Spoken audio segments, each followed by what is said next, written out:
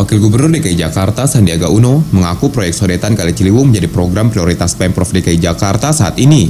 Sandi menjelaskan pihaknya telah melakukan diskusi dengan jajaran SKPD dan segera melakukan pembebasan lahan di Bidara Cina. Hal ini disampaikan Sandi saat ditemui di Balai Kota Jakarta Pusat Kamis pagi. Orang nomor 2 di DKI Jakarta ini mengaku akan segera mengeksekusi lahan, namun Sandi belum mengumumkan jadwal eksekusi. Sandi juga menekankan Pemprov DKI akan melibatkan masyarakat dalam melakukan eksekusi lahan.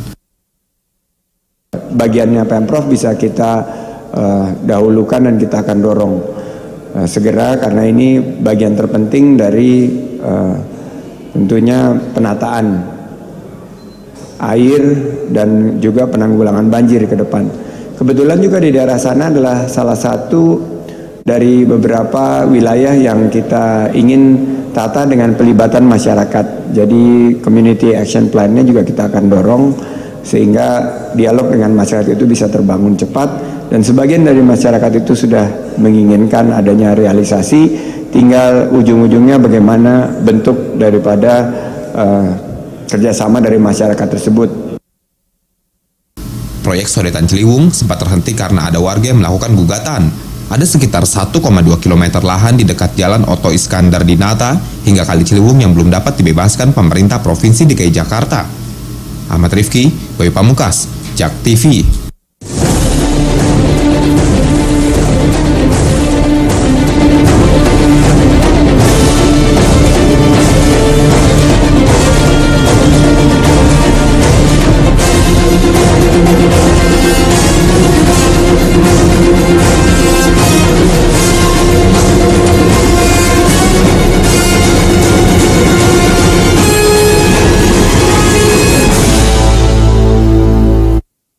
Ya, selamat malam pemirsa. Saling Silang edisi hari ini Jumat 16 Februari 2018 hadir menjumpai Anda bersama dengan saya Lulu Miati, dan kita akan membahas mengenai mengusir banjir dari Jakarta. Ini menarik sekali, apakah bisa mengusir banjir dari Jakarta yang tampaknya selalu menjadi masalah klasik bagi ibu kota DKI ini.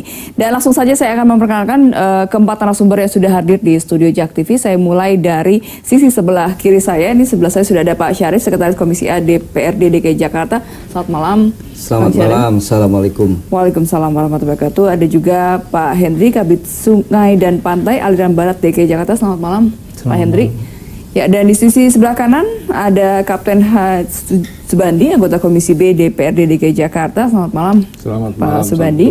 Waalaikumsalam. Dan ada juga Pak Yayat Supriyatna, pengamat tata kota. Selamat malam, Pak Yayat. Malam, Mbak Lulu. Ya, ini bicara mengenai mengusir banjir di Jakarta yang tampaknya menjadi masalah klasik. Tapi mungkin sejauh ini kalau ada di catatan saya ada setidaknya ada beberapa titik banjir yang bertambah begitu ya. Nah, antisipasinya sejauh ini bagaimana sih? Karena ini kan sudah masih memasuki musim hujan, dan apalagi tahun baru Imlek ini sering diprediksi puncak-puncaknya, sehingga semalam juga ada beberapa titik banjir di beberapa daerah. Mungkin dari Kabid Sungai dan Pantai Aliran Barat DKI Jakarta nih bagaimana melihatnya? Tindakan apa yang sudah dilakukan? Di tempat kami itu memang ada sarana prasarana pengendalian banjir, yaitu pompa, saringan semuanya.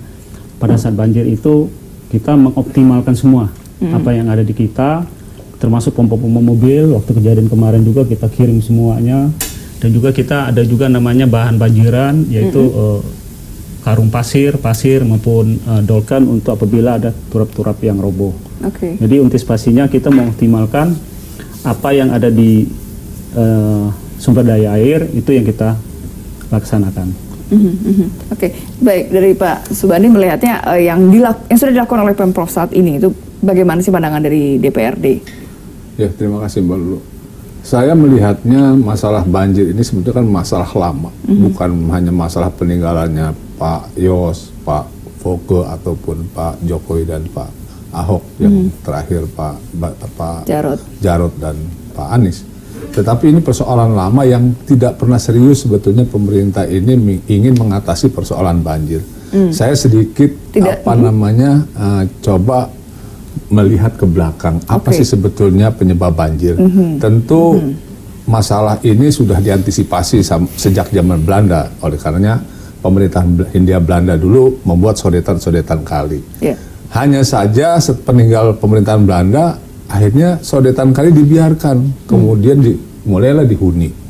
Kemudian setelah dihuni, disitulah persoalannya, karena gini, air pada dasarnya itu secara sunatullahnya itu mengalir dari dataran tinggi ke dataran rendah, itu sunatullah nggak bisa dihindari.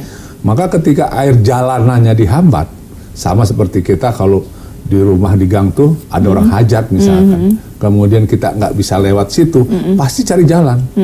Hanya saja kalau kita mencari jalan yang bisa dilewati motor. Tetapi kalau air, sunatullahnya adalah akan mencari yang paling rendah.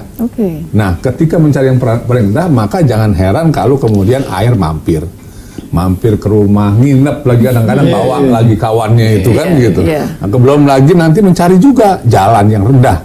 Gitu. Akhirnya persoalan banjir nggak pernah diselesaikan, karena memang kalau saya lihat tadi dikatakan pemerintah tidak serius, ini tidak seriusnya dari mana? Kan sudah ada juga banjir kanal gitu, BKT gitu ya, kemudian ada juga tadi sodetan, berusaha untuk memindahkan warga begitu. Betul. Ini masih kurang serius ya dianggapnya ya? Saya melihatnya kurang serius. Kenapa gini? Zaman Belanda itu kan penduduknya masih sedikit, Mbak. Tapi pemerintah Hindia Belanda tuh sudah berpikir membuat sodetan kali Ciliwung dan anak kali yang lainnya dibuat agar supaya ada jalanan untuk air. Nah, pada saat itu kondisi daratan Jakarta itu kondisinya masih lebih tinggi dari laut. Gitu. Tahun 70 Tanjung Priuk dan mengalami, tapi nggak sebanyak zaman sekarang. Dulu paling setahun sekali dan 5 tahunan. Termasuk banjir rob ya kalau daerah sana ya berarti. Kalau rob itu ada daerah-daerah tertentu. Kalau saya kemudian di daerah Koja, ada kadang-kadang dulu rob, tapi tidak sebesar rob yang ada di daerah Penjaringan dan Pademangan. Nah, bayangkan ketika lahan kemudian habis dipakai buat membangun, kemudian kemudian dihuni sama masyarakat, law enforcementnya nggak dijalanin, tiba-tiba ada orang punya IMB dan sebagainya, padahal peraturannya baik PP maupun perdanya ada, nggak boleh kita meninggali bantaran kali dalam radius sekian meter. Tapi kenyataannya, nah pada akhirnya bikin sulit sendiri pemerintah kan.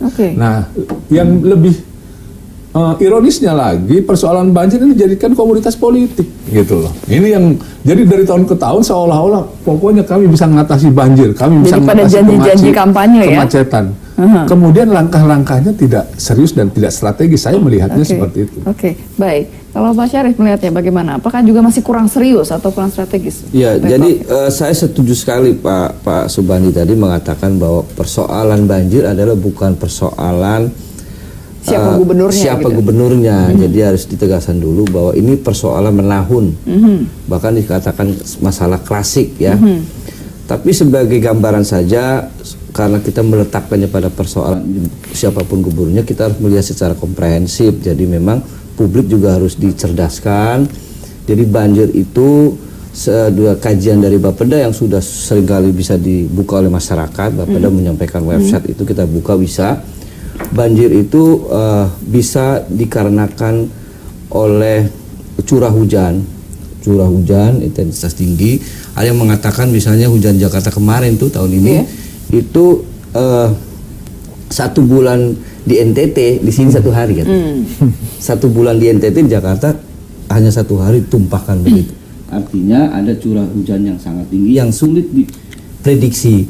Lalu kemudian yang mesti bisa diprediksi juga tidak dilakukan, belum selesai. Apa itu? Apa misalnya? Menahan mengelola di hulunya. Gitu ya. Kalau ada hujan besar itu mengelola di hulunya. Di Ciawi belum bisa dibangun tuh waduk Ciawi, belum selesai. Bahkan tahun lalu kita juga diskusi sini Mbak Lulu, itu ternyata penyebab salah satu Ciawi tidak bisa dibangun karena harga tanah begitu mau dieksekusi naik harga lagi.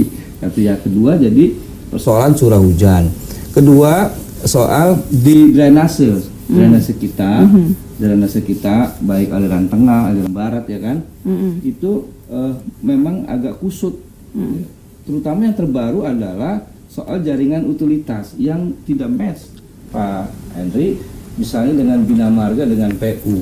Jadi Bina Marga itu ngurusin soal saprasnya orang jalan ya, tetapi tidak pernah secara map itu bagaimana terintegrasi dengan pengelolaan banjir. Oke, saluran airnya ya. Itu bukan kemarin kan dari Manutus banyak yang bikin kacau, jadi drainase. Nah ini yang sulit nih, yang besar itu adalah banjir dari rob akibat dari penurunan permukaan tanah akibat penyedotan air maupun tadi Pak Bandi mengatakan peningkatan bangunan yang demikian pesat sejak tahun 2008 sampai 2019 3 kali lipat Mbak Lulu jumlah pemukiman ya. Pemukiman baru artinya apa? Sehingga ini masalah besar yang memang diperlukan strategi besar. Tetapi untuk kali ini dalam tahap-tahap seperti ini hujan terus, pendekatan gubernur kita apresiasi adalah menghindari dampak korban jiwa, menghindari dampak korban harta benda dulu, baru kita bicara ribut tentang misalnya relokasi. Prioritasnya ya. Jangan berisik dulu ngomong relokasi. Warga gak ganggu gitu, misalnya dia pipis lah. Jadi bicara dulu bagaimana mengatasi dampaknya dulu, Pak Anies yang dampak malam banjir yang dialami oleh warga ya. Sekarang ini meninjau beberapa tempat ya kan, memberikan bantuan, bahkan tadi terakhir kemarin tuh di Cakung Timur ya. Ada satu daerah di situ gang itu ada mistar. Pak Anies mengatakan, loh ini mistar buat apa? Buat ngukur banjir. Ini apa ini? Ini kampung apa pintu air? Rupanya itu kampung. Ya artinya apa? Memang saking sudah terbiasanya gitu dengan banjir. Saya setuju Pak Bandi. Memang terlalu lama memperhatikan ini tidak cukup. Tapi memang ini proyek besar ya, proyek besar yang butuh strategi yang khusus nih untuk pemerintahan pusat itu harus ikut terlibat. Kemarin sudah bagus dimulai dengan 2 kali kunjungan Pak Gubernur kepada Pak Bima ya kan, di Bogor. Nah yang terakhir yang pemerintahan pusat ini soal sodetan misalnya kan, itu kan hanya ngurusin drainasenya, belum ngurusin soal serapan-serapan yang harus tadi Pak Bani harus tegas terhadap pengawasan pembangunan kawasan baru. Baik. Kita tahan dulu, kita akan kembali ke Sai Pariwarta bersama kami di Saling Silang.